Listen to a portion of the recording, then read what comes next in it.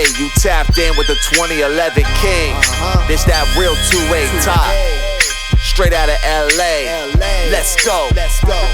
Hey yo, click, clack, chrome, yeah, the setup supreme. 2011 King got the whole Mac clean. Slide heavy, drip deadly, that's my theme. Every piece I pull got that showroom gleam. Pro 2A, this a God-given right. Got a crazy collection, keep it locked in sight. From the safe to the range, we don't play. Big steel, big stance, 2A and LA. 2A and LA, run it every day. Crazy with the gear, keep the drama at bay. 2011 King, let the metal ring. Second Amendment, tatted everything. 2A and LA, run it every day. Crazy with the gear, keep the drama at bay. 2011 King, let the metal ring. Second Amendment, tatted everything. Yeah, tatted everything.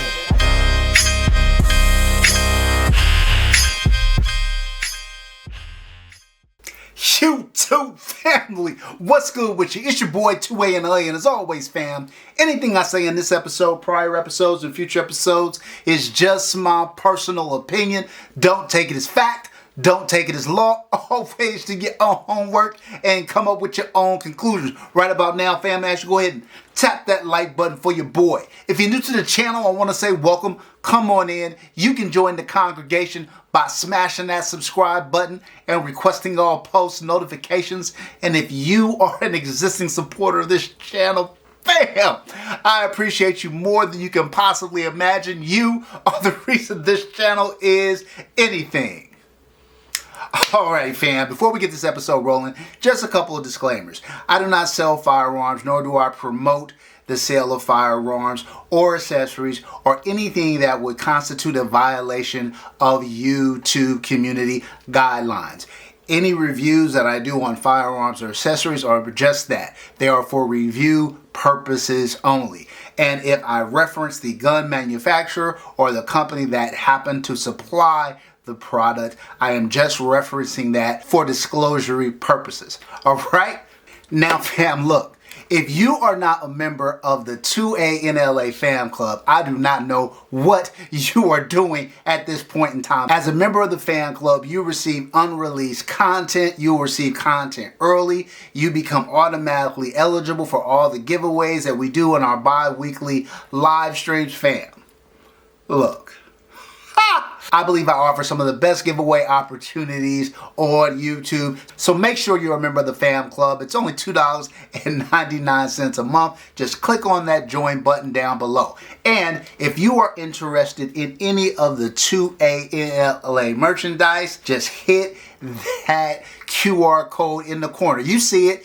You see it right there. That will take you to the 2A in LA channel. Also, you can sign up to participate in a lot of our giveaways there. So make sure you hit that QR code. All right, that's it. Now let's get back into the episode.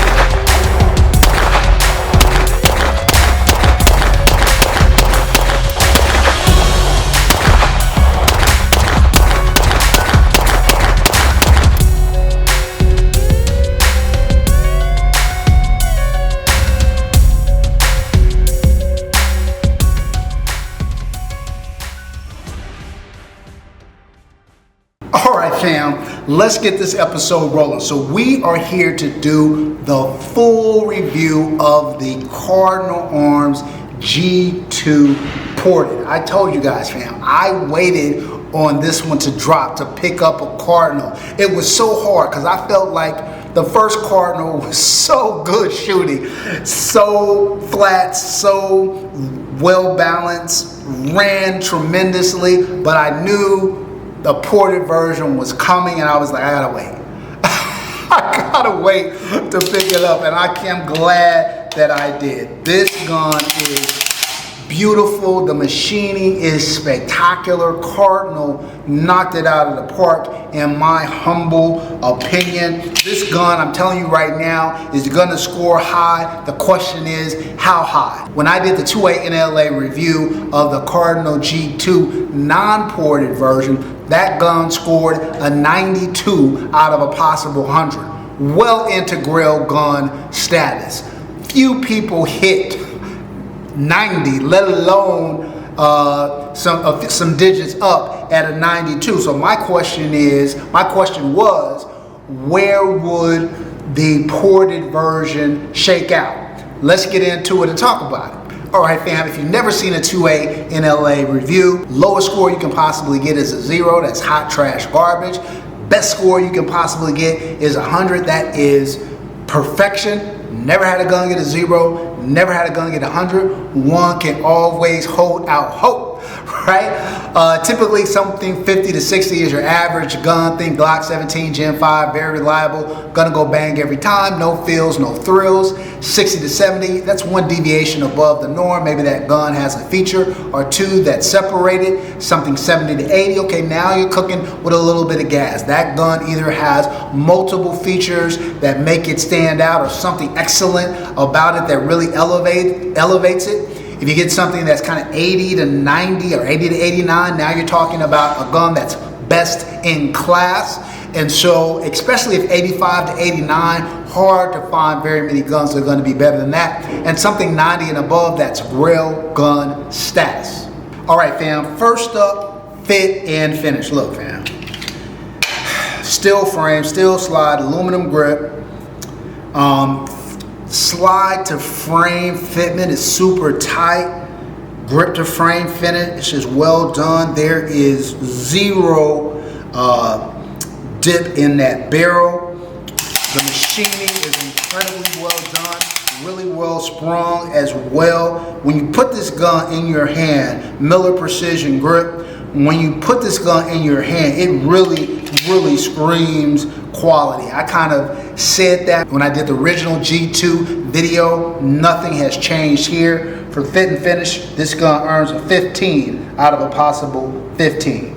Next up, reliability. So I say this, especially when it's a new manufacturer, new gun to market, I'm always hesitant to give high scores for reliability when there are not a lot of sample sizes, because no matter how well this gun performs or doesn't perform, it's a sample size 1 of 1, right? But having known this gun's pedigree, the fact that it's made by Optimum essentially, and having put a ton of rounds through the G2, there's a lot of G2s out there in the wilderness now. Yeah, no issues whatsoever with this gun. Reliability, 15 out of 15. All right, fam, next up, durability. All DLC coated, like I said, full barrel, ported, Miller Precision aluminum grip. Love that. This gun is built to last, and you know, I'm looking forward to adding it into my collection without a doubt. Durability, we're going to give it a 15 out of a possible 15. Next up, trigger. Look, you guys know I'm a trigger snob, unashamed about it. Let me let you take a look at it. It's a hair of take up there. Clear, defined wall, crisp, clean break, reset. I'll go ahead and I'll put the trigger pull weight up there so you guys can see it. But I think the trigger is very, very well done. I'm not sure who makes their triggers, whether they do themselves or they use somebody from the outside. I think it's a great trigger. Is it infinity? No, but it's good. It's very, very good. Trigger 14 out of a possible 15. All right, fam, next up, accuracy. I told you guys when I do accuracy, it's not just about how tight the groups are, it is also about the overall shootability of the firearm, the shooting experience of the firearm. How well balanced is the gun? How flat does it stay, right? Does the dot leave the window? When you start shooting at higher rates of speed, does the gun is it easy to maintain control, particularly for somebody who doesn't have maybe the best grip ever? And so I know when I start running, mag dumping a gun and that gun stays flat, yeah, it's aiding me in that process. I thought the shootability and accuracy of the gun was very, very good. We're going to give this bad boy a 10 out of a possible 10 for accuracy. Next up, ergonomics. Miller Precision Grip. It just feels incredible in the hands. The gun is incredibly well balanced. When I shot the non-ported version, I was blown away with how flat and good the gun felt. You add this ports to it, it's even better in terms of the shooting experience and the shootability of the gun. And I think the ergonomics are excellent. Ergonomics, we're going to give it a 10 out of a possible 10. Next up, aftermarket support and maintenance and upkeep. Look, it's 2011. You got to keep them clean. They're like race cars, right? They can be temperamental if you don't do what you're supposed to do. But you break it down every 1,000 rounds or so, or give it a light brush after a range day, you're going to be good to go. Aftermarket support, more and more companies, more and more manufacturers are making 2011s now. Consequently, many more companies are supporting those manufacturers, so that aftermarket support market continues to grow. At some point, I'm going to have to give it a 5 out of 5, but for now, aftermarket support, we're going to give it a 4 out of 5, and maintenance and upkeep, we're going to give it a 4 out of 5. All right, fam, next up, affordability. I'll go ahead and I will put the MSRP up there. Not cheap, not cheap. The non-ported version was kind of in the high 5s, and now the ported version is in the low 6s, so a little markup for the ported version. I can tell you, in my opinion, if you ask me, is the additional price worth it? The answer is yes. I just love ported and compensated firearms, and I think that makes an already phenomenal gun a little bit better, but it is not cheap. So affordability, 1 out of a possible 5. All right, fam, last but not least, flex. Look, fam, there's not a lot of guns out here that I think are flexier than the G2. I think the aesthetics of this gun, the overall machining and everything, I think it's outstanding. Like, it's up there with some of the best guns on the market, without a doubt. Flex, we're giving it a full 4 out of a possible 5. All right, fam, if you add all of that up, this gun gets a whopping 93 out of a possible 100. Grail gun status, without a doubt. Look, the non-ported version got a 92. So, barring Cardinal wetting the bed, I figured that this gun was going to be as good and more than likely better, and it is. 93 puts this gun up in rare air with some of the best guns that I have ever reviewed on the channel, and deservedly so. I gotta say, this gun feels phenomenal. Feels phenomenal. Yeah. Well, we're not going to stop here, because I know you guys are going to be wondering, well, how does it compare to a Fowler? How does it compare to the Apollo that are similarly priced? We're going to get into it, so stay tuned for that episode coming soon. All right, that's it for this episode, fam. Until next time, as always, take care of one another, and peace.